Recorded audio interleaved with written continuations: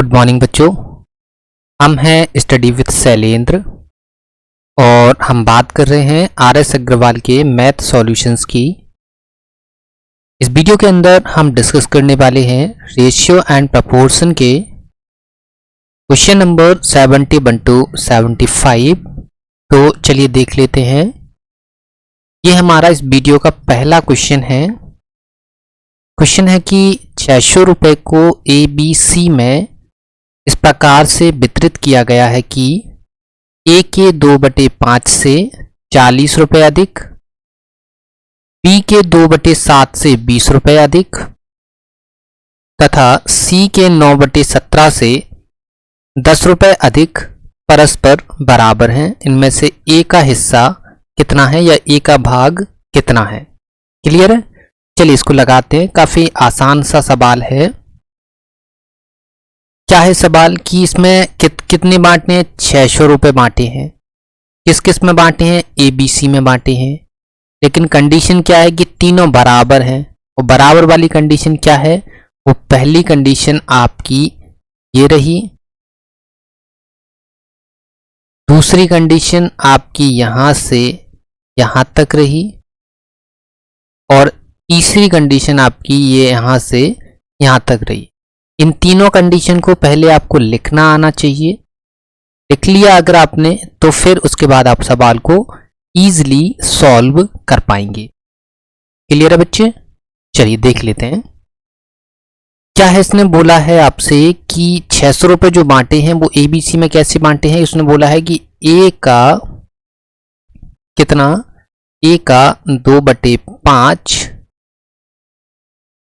A का 2/5 से कितना 40 रुपये अधिक, और आगे क्या बोला है कि B के 2/7 से 20 अधिक, और क्या बोला है, और बोला है आपसे C के 9/17 से 10 अधिक।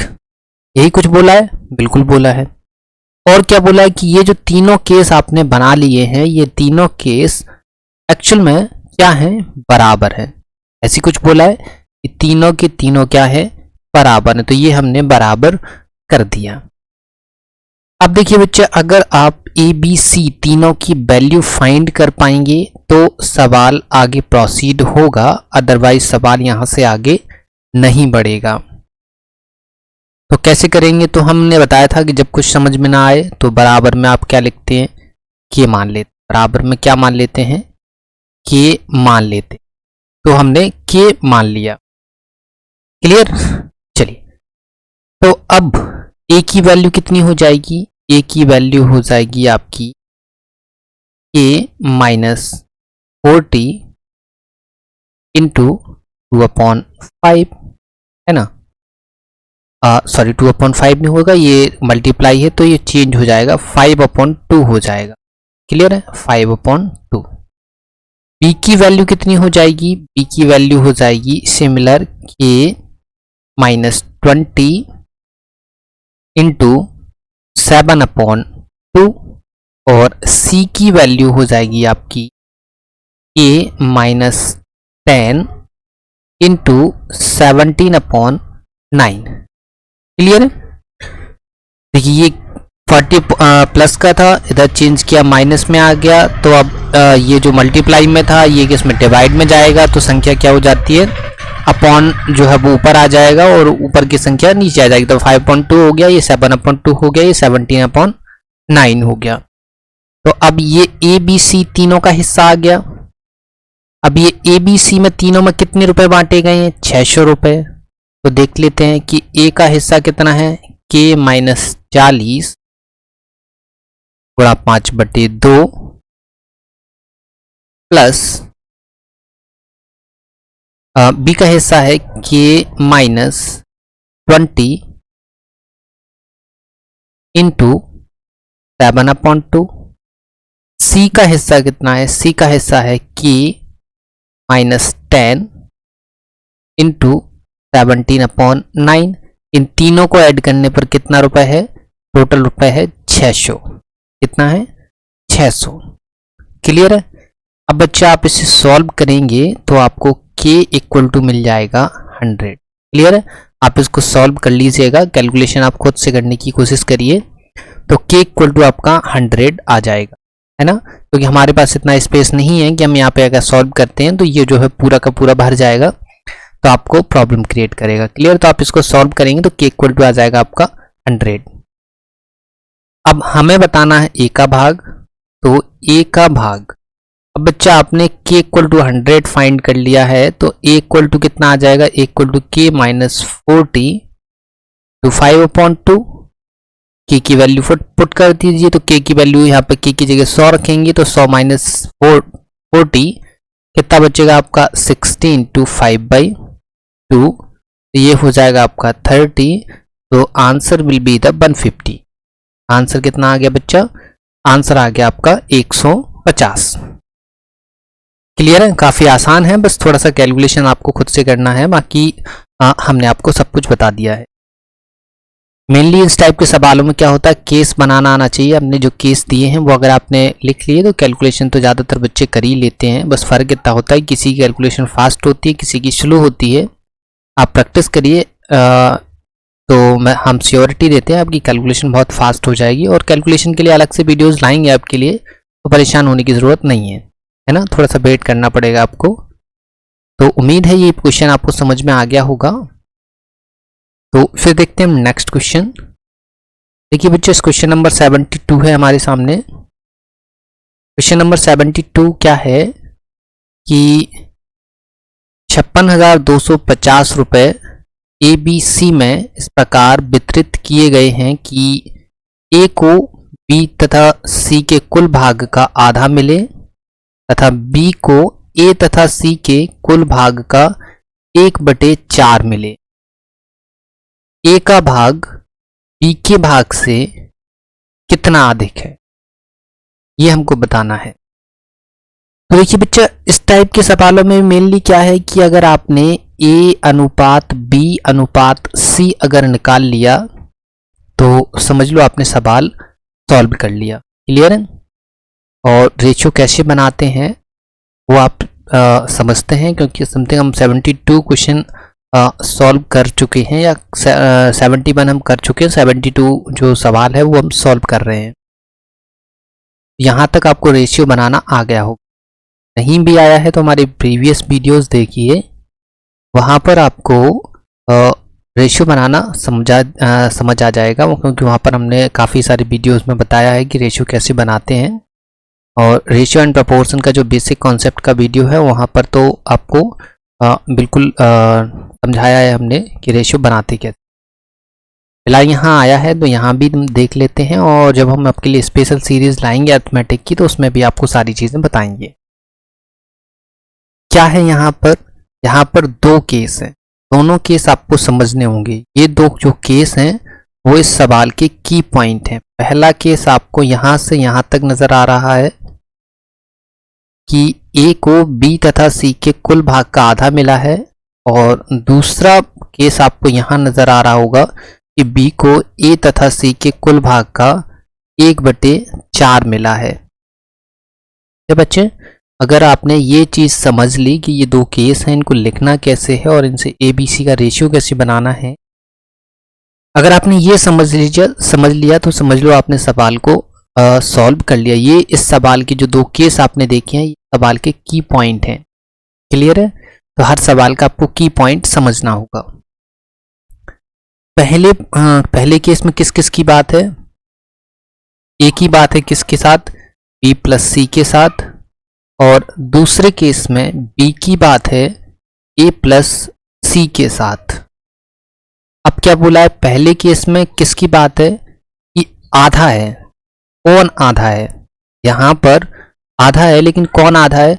A आधा है। A का हिस्सा आधा है किससे? B प्लस C से। अगर B प्लस C का हिस्सा 2 है तो A का हिस्सा 1 होगा। सिमिलर यहाँ देखिए, यहाँ पर 1/4 की बात है। यहाँ पर B का हिस्सा जो है वो 1/4 है किसका? A प्लस C का। मतलब अगर A प्लस C का हिस्सा 4 है तो B का हिस्सा कितना है? 1।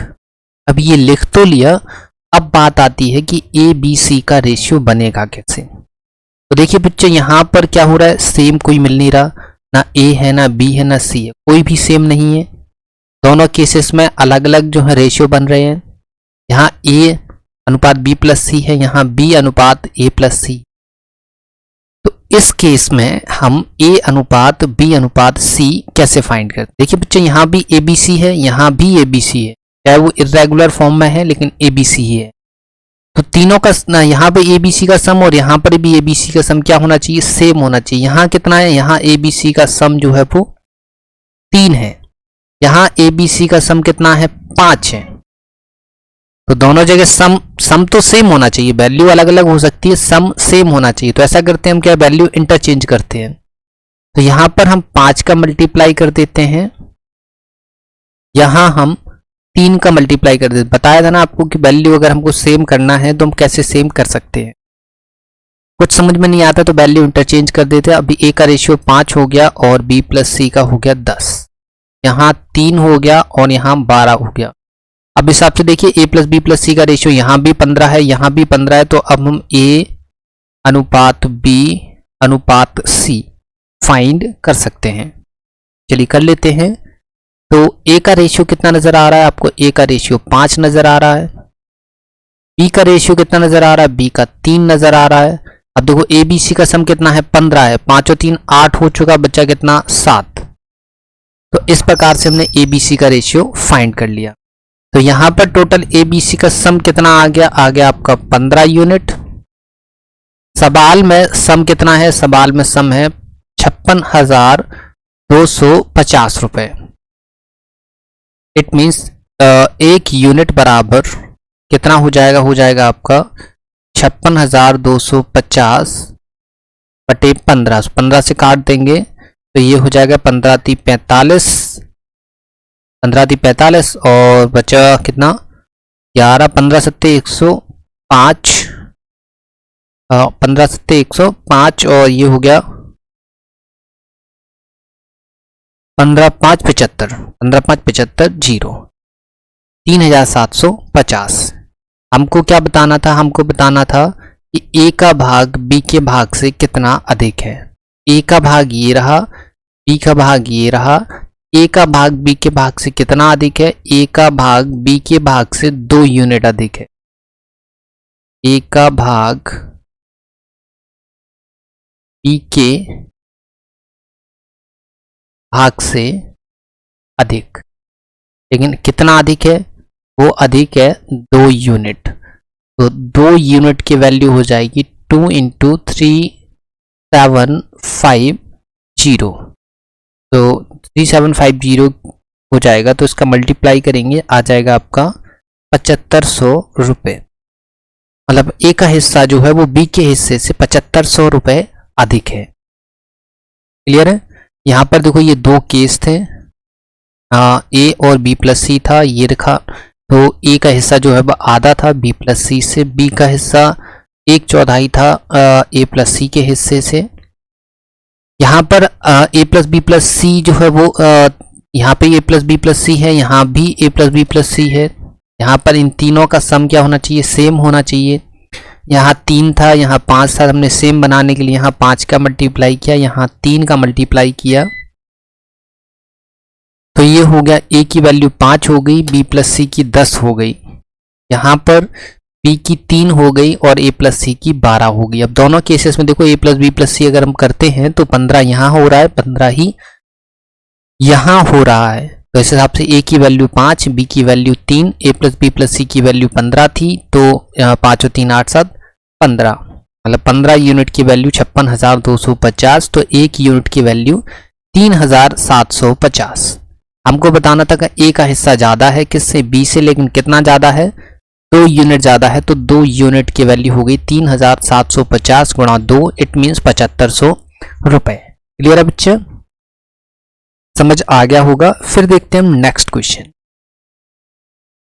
देखिए बच्चे क्वेश्चन नंबर 73 है हमारे सामने। क्वेश्चन नंबर 73 क्या कहता है देख लेते हैं। क्वेश्चन नंबर 73 है कि 624 रुपये को ABC में 1/2 अनुपात 1/3 अनुपात 1/4 के अनुपात में बांटने पर C का भाग कितना है। देखिए यहाँ पर ABC का आपको रेशियो दिया है सवाल में, है ना।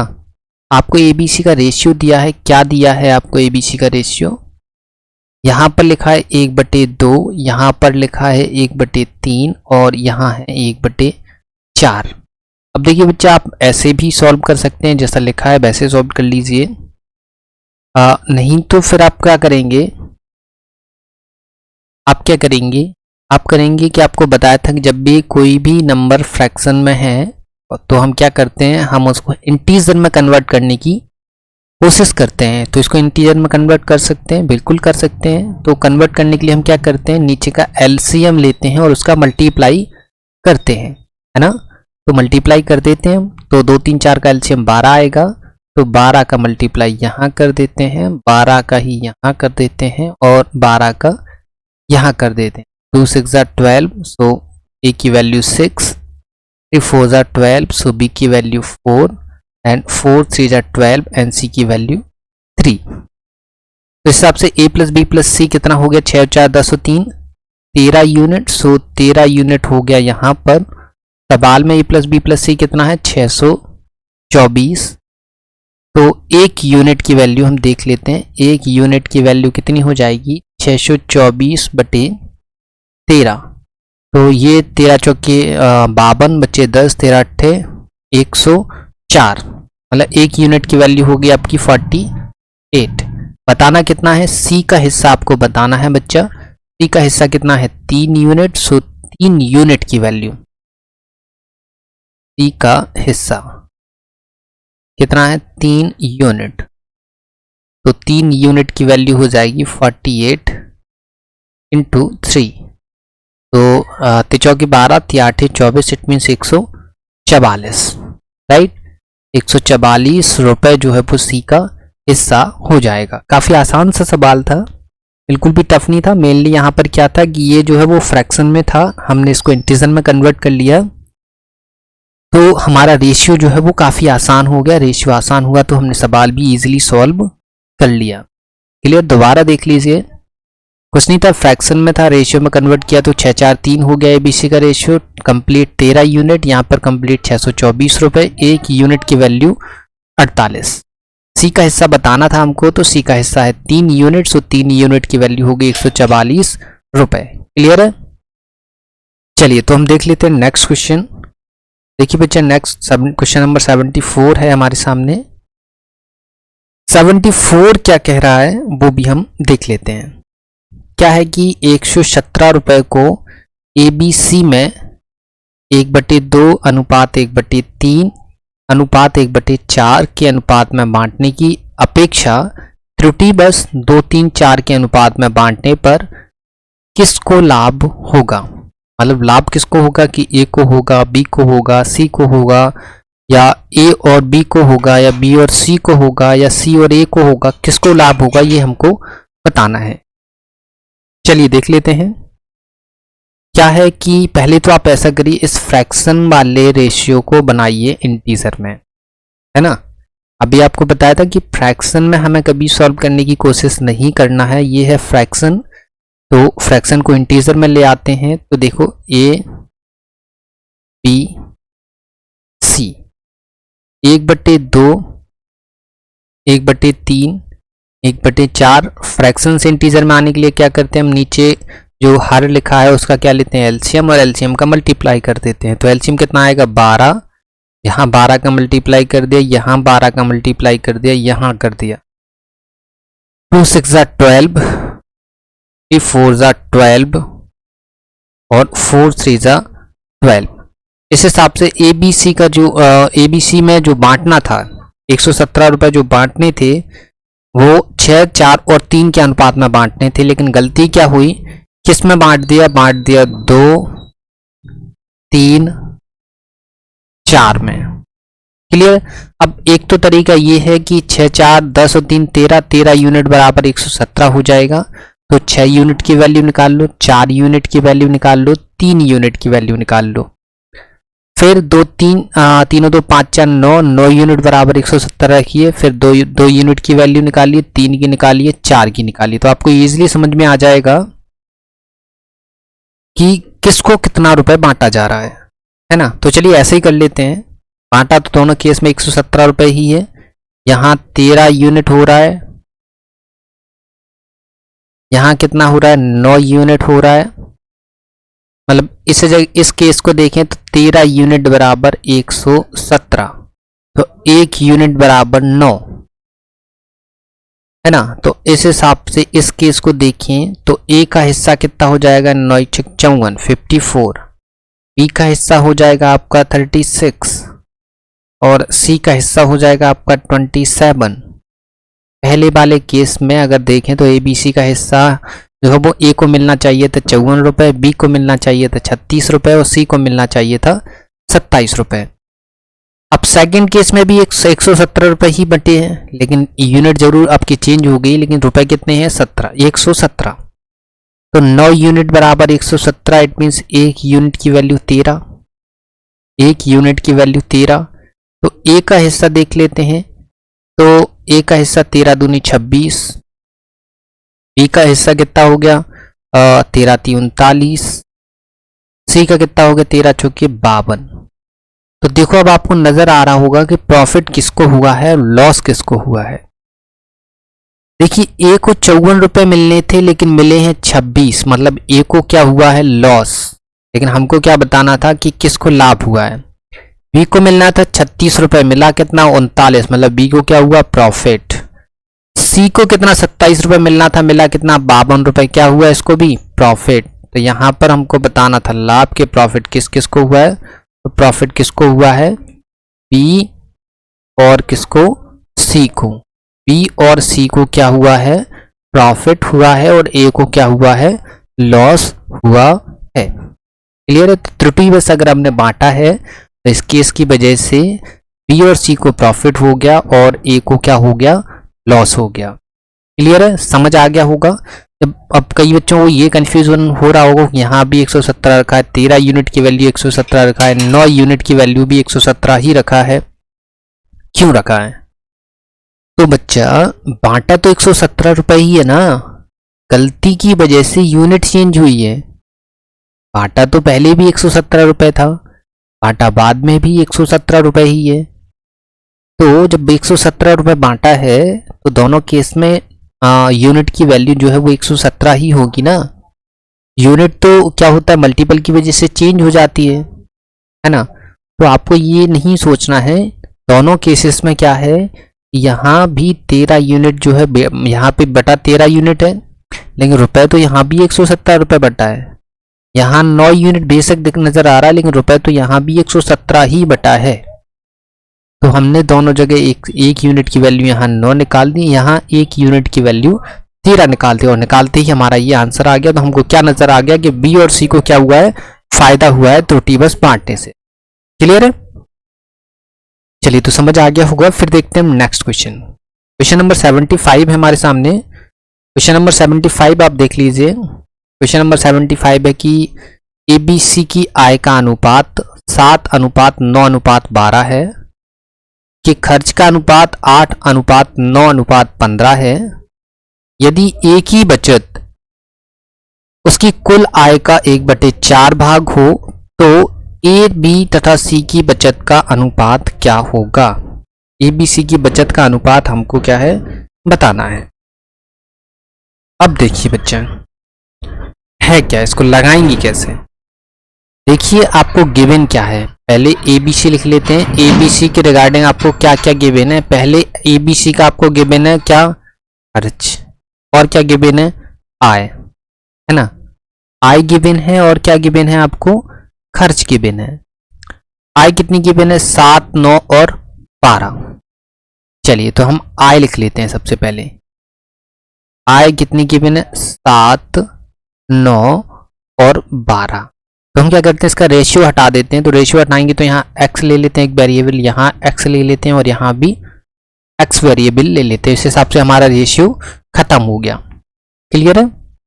हम रेशियो जब भी हटाते हैं तो कोई ना कोई मल्टीपल हमको लेना पड़ता है, कोई ना कोई वेरिएबल हमें मल्टीपल में लेना होता है। या 7x हो गया, या 9x हो गया, या 12x हो गया। अब क्या दिया है? अब दिया है आपको खर्च। खर्च क्या दिया है? 8, 9 और 15। क्योंकि i के लिए वेरिएबल हम x ले चुके हैं तो खर्च के लिए हम y ले लेते हैं। ये हो गया 8y, ये हो गया क्या आपका 9y, और ये क्या हो गया आपका 15y हो गया। तो इस हिसाब से अगर आप देखें, ये आय आपकी दी है, खर्च आपका दिया है, तो आपकी बचत भी तो आप निकाल पाएंगे ना। बचत आप निकाल पाएंगे, बिल्कुल निकाल पाएंगे। बचत बराबर क्या होता है? आय माइनस खर्च। तो एक ही बचत क्या होगी? 7x minus 8y। बी की बचत कितनी होगी? 9x minus 9y। सी की बचत क्या होगी? 12x minus 15y। अब आपको समझ में आया कि हमने वेरिएबल क्यों माने थे। क्लियर है? तो ए की बचत हो गई 7x माइनस 8y, बी की बचत हो गई 9x माइनस 9y, और सी की बचत हो गई 12x माइनस 12y। क्लियर है? चलिए अब देखिए आगे आगे क्या दिया है। अब आपको आगे दिया है केस, ध्यान से समझिए। क्या दिया कि ए की बचत कितनी है? 7x minus 8y। इस केस को ध्यान से पढ़िए। अब क्या दिए? ए की बचत कितनी? 7x minus 8y। इसकी बचत जो है वो उसकी कुल आय का कितना है? आय का 1/4 भाग है। उसकी आय कितनी है? 7x। तो 7x का कितना है? 1/4 है। अब आप सॉल्व कर लीजिए, बस यही समझना था आपको। क्या दिया था कि क्या केस बन रहा था आपका?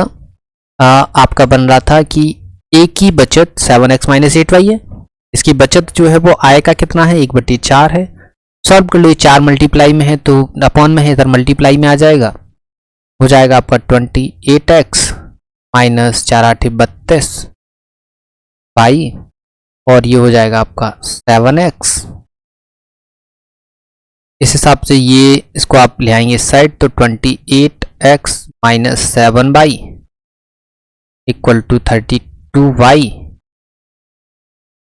ये 7 माइनस करेंगे, बचेगा 21y इक्वल टू 32y। तो इस हिसाब से सॉरी यहाँ x होगा, x होगा, x हो जाएगा। तो x अनुपात y आ जाएगा आपका 32:21। x अनुपात y कितना आ जाएगा? 32:21। ठीक है, x अनुपात y कितना आ गया? 32:21। अब हमको क्या बताना है? ABC की बचत का अनुपात बताना है। तो x की जगह 32 रख देंगे, y की जगह 21 रख देंगे, तो आंसर हमारा आ जाएगा। तो देखो 7 गुणा 32 माइनस 8 गुणा 21, ये ए की बचत हो गई। बी की बचत कितना है? 9 गुणा 32 माइनस 9 गुणा 21। सी की कितनी है? 12 गुणा 32 माइनस 15 गुणा 21। बस इतना से तो करना ही था आपको। तो इसको सॉल्व कर लीजिए। इसको सॉल्व करेंगे तो इससे बचेगा आपको 56, इससे बचेगा आपको 99, और इससे बचेगा आपको कितना? 69। तो ए बी सी की बचत का अनुपात कितना आ गया? 56, 99 और कितना? 69। 56, 99 और कितना? 69। क्लियर है बच्चा? कितना आ गया? 56, 99 और 69। काफी आसान सा था, समझ में आ गया होगा। मेनली यहाँ पर केस ये समझने वाला केस था आपका कि जो है ABC का यहाँ पे क्या दिया था कि ए की बचत जो है वो कुल आय का 1/4 है। तो इस हिसाब से x और y का रेशियो आ गया। तो जहां जहां x था वहां 32 रख दिया, और जहां जहां y था वहां 21 रख दिया। क्लियर बच्चा? समझ आ गया होगा। हमने यहाँ पर आपको ज़्यादा आपको बताने की ज़रूरत है नहीं। और देखिए बच्चा, वीडियो के डिस्क्रिप्शन में आपको टेलीग्राम चैनल की लिंक मिल जाएगी, वहां से जाकर आप टेलीग्राम चैनल को ज्वाइन कर लीजिए। यहाँ पर आपको हमारे सभी सेशंस की PDF मिल जाएगी। जिन्हें आप इजीली जो है एक्सेस कर पाएंगे। इसी के साथ ही बच्चा आप एक और चीज़ याद रखिए कि वीडियो को लाइक ज़रूर करिए, वीडियो को शेयर ज़रूर करिए, चैनल को ज़्यादा से ज़्यादा सब्सक्राइब करिए और करवाइए, है ना। तो मिलते हैं आपसे नेक्स्ट वीडियो में, तब तक के लिए धन्यवाद।